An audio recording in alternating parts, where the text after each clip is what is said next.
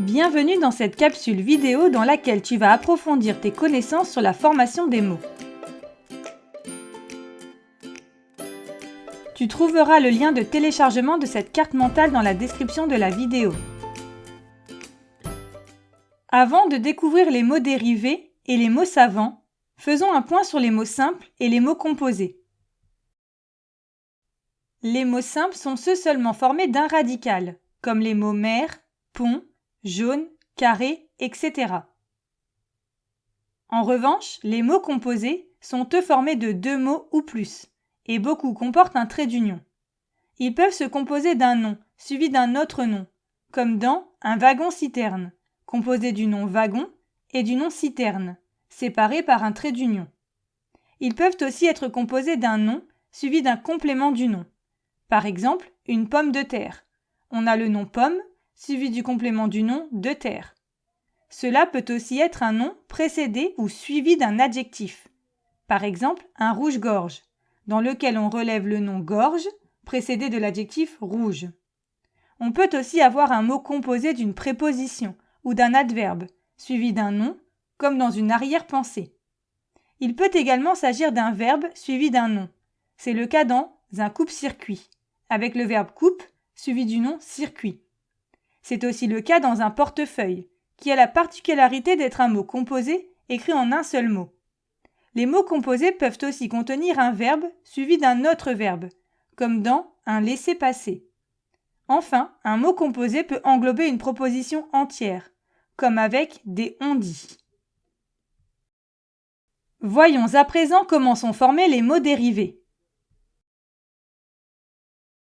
Les mots dérivés sont construits par dérivation, c'est-à-dire en ajoutant un ou plusieurs éléments à partir d'un autre mot. Ils peuvent alors se composer d'un préfixe et d'un radical, ou bien d'un radical et d'un suffixe, ou encore d'un préfixe, d'un radical et d'un suffixe. Par exemple, le mot invincible se compose du radical vince, précédé du préfixe in et du suffixe ible. Faisons un point sur les différents éléments qui composent un mot dérivé. Tout d'abord, il faut savoir que le radical est l'élément minimal du mot dérivé. Il contient le sens principal du mot. Par exemple, le radical du mot illisible est lise, ce qui indique que ce mot est en rapport avec la lecture. Le préfixe, quant à lui, est la syllabe qui se place avant le radical. Il change la signification du mot, mais pas sa classe grammaticale. Il peut avoir un sens augmentatif ou diminutif. C'est le cas dans surestimer, mot dans lequel on relève le préfixe sur, qui permet de renforcer le sens du mot. On ne fait pas qu'estimer, on surestime. A l'inverse, dans le mot minibar, on relève le préfixe diminutif mini, qui atténue le sens du mot. Ce n'est pas un bar comme les autres, c'est un très petit bar. Le préfixe peut aussi avoir un sens privatif, comme a dans asocial, qui veut donc dire qui n'est pas social, ou encore le préfixe in dans incertain, qui veut donc dire qui n'est pas certain, ou encore le préfixe mais dans méconnaître, qui veut dire mal connaître. Le préfixe peut aussi apporter d'autres sens, comme le sens avant-devant.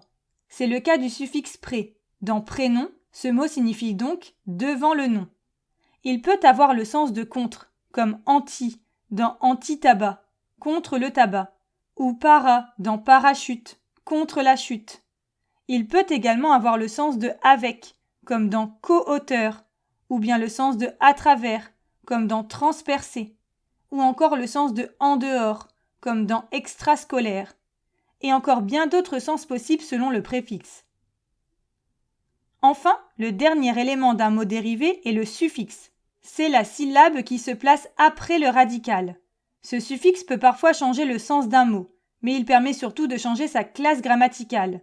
Par exemple, l'adjectif solide peut être transformé en nom et donner solidité, si on lui ajoute le suffixe ité.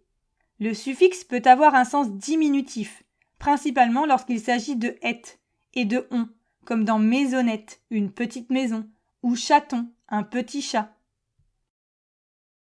Il peut également exprimer la possibilité avec able et ible, comme dans faisable ou éligible, ou encore permettre de désigner un métier ou un appareil avec heure, comme dans aviateur et ascenseur, ou encore bien d'autres sens.